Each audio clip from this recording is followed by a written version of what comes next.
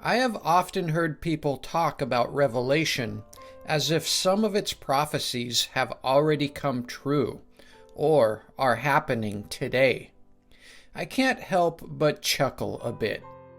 If we are speaking about wars, earthquakes, and weather changes, then of course these events will always occur within every generation. But if we are talking about hail and fire mingled with blood, or the earth opening up with monstrous locusts crawling out of the ground and given supernatural powers to destroy everything, or 4 powerful demons that are released to destroy a third of all people on earth, well, let's be more honest. These things are not happening, and reside in the same category as God-men walking on water or floating up into the clouds. Such claims simply do not occur or even make sense in actual reality. Regardless, we will examine this book. So what is the number of the beast, we might ask? Do we know? The answer is a profound yes. We do know. But before I identify the who, let's first understand what this number is.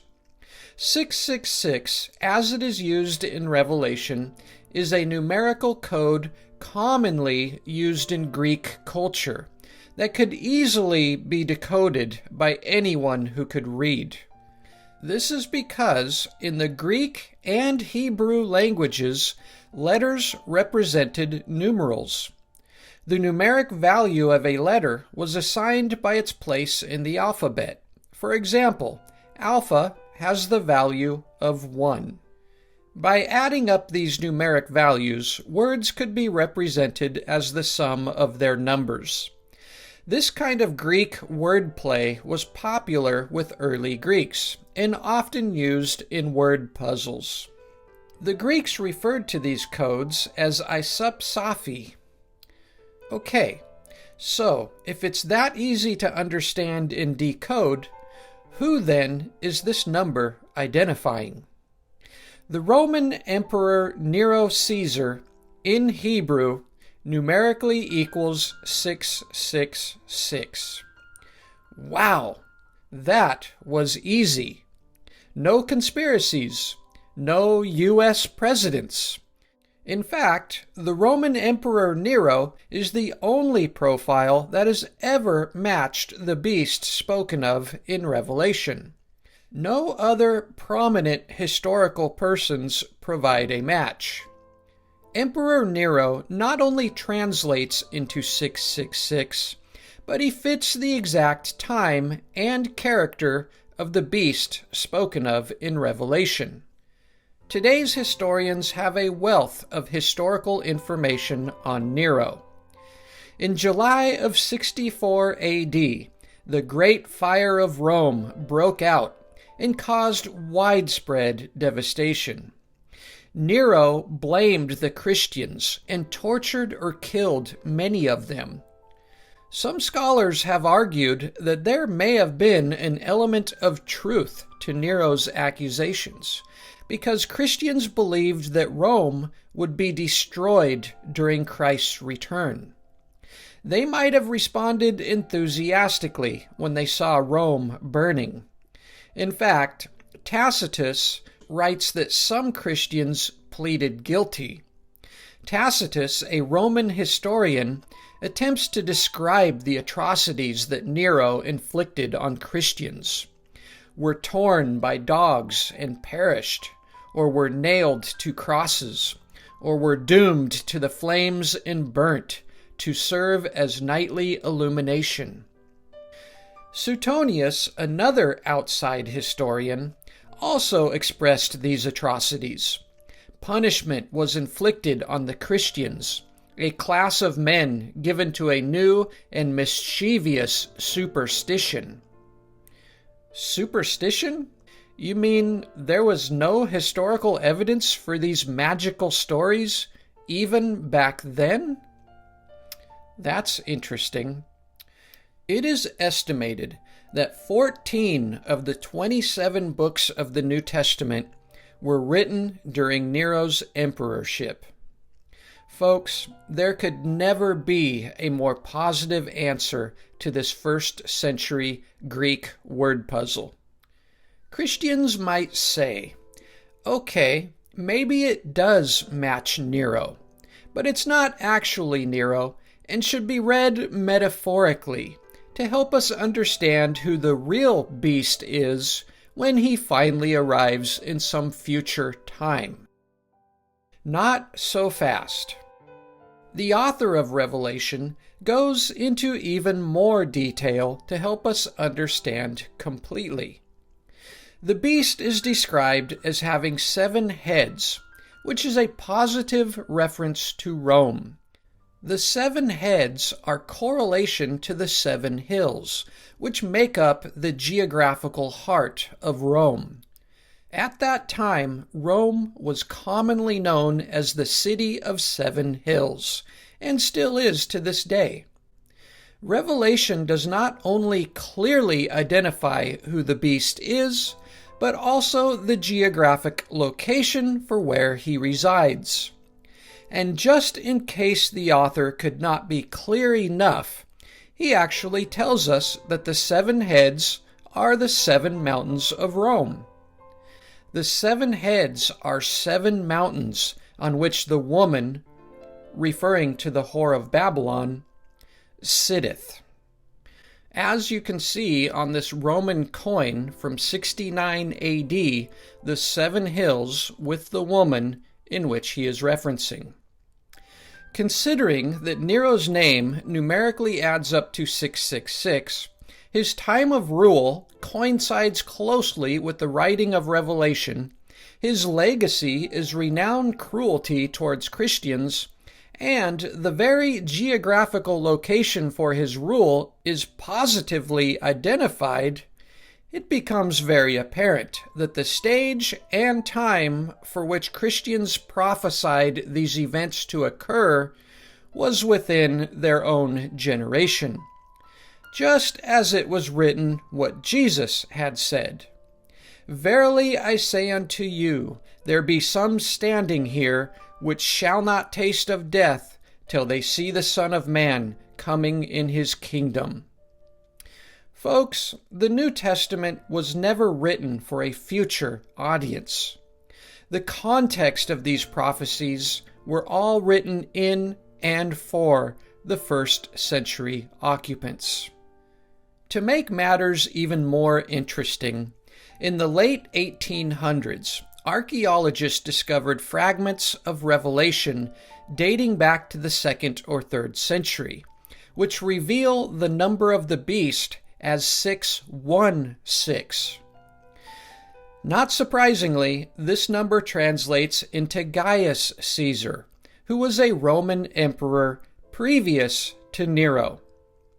This apocalyptic concept of a Roman emperor being a beast was no doubt an early lore developed even before Jesus took main stage. It seems that a Christian scribe who copied Revelation did a little editing to update the number to match a more recent emperor, Nero, 666. The fact that these 2 puzzle numbers written in Revelation match 2 first-century Roman emperors should leave zero doubt for anyone that the stage was set within the 1st century, with the location and actors being positively identified, which confirms many verses found throughout the New Testament. Children, it is the last hour. I tell you the truth, this generation will certainly not pass away until all these things have happened. He was revealed in these last times for your sake. And behold, I come quickly. Oddly enough, all of these prophecies have failed, but continue to be reinterpreted by each new generation of Christians. The book of Revelation also contains a very popular concept that cultivates much fear in our modern culture. A spooky image described as a mark placed on one's forehead or hand. Historians recognize how closely this mark mirrors the certificate of sacrifice, also known as a libellus to Caesar. If you did not pay homage to the Roman god, you would not receive a libellus and would no longer be able to buy or sell in Rome. This libellus, or a certificate of sacrifice, is an existing historical document that encompasses the exact nature of the mark of the beast being described in Revelation. Furthermore, numbering or marking people was not an uncommon practice at that time in world history. Any marking of special citizens, slaves, or animals is not a marvelous prediction or a grand revelation. Regardless, the author of Revelation has depended on this popular or likely concept as a timestamp for recognizing when Jesus will return. Unfortunately, this prophecy is no longer feasible in our current age. With the advancements made in computer science, of which the author of Revelation could never have imagined, we now know that facial recognition and retina imaging are the means by which people are being identified or numbered as we progress forward technologically. The need for a mark or some kind of tattoo on the forehead or hand is now behind the times. The likelihood that anybody would be required by law to have such a mark on their forehead is nearer to zero probability. However, many Christians will wiggle in an attempt to reinterpret this prophecy as some kind of implant under the skin, which the Bible does not express. The word for mark used in Revelation is charagma, which means a visual image in the form of a stamp or a tattoo. Furthermore, even an implant is now unnecessary in the wake of advanced forms of computer recognition going forward.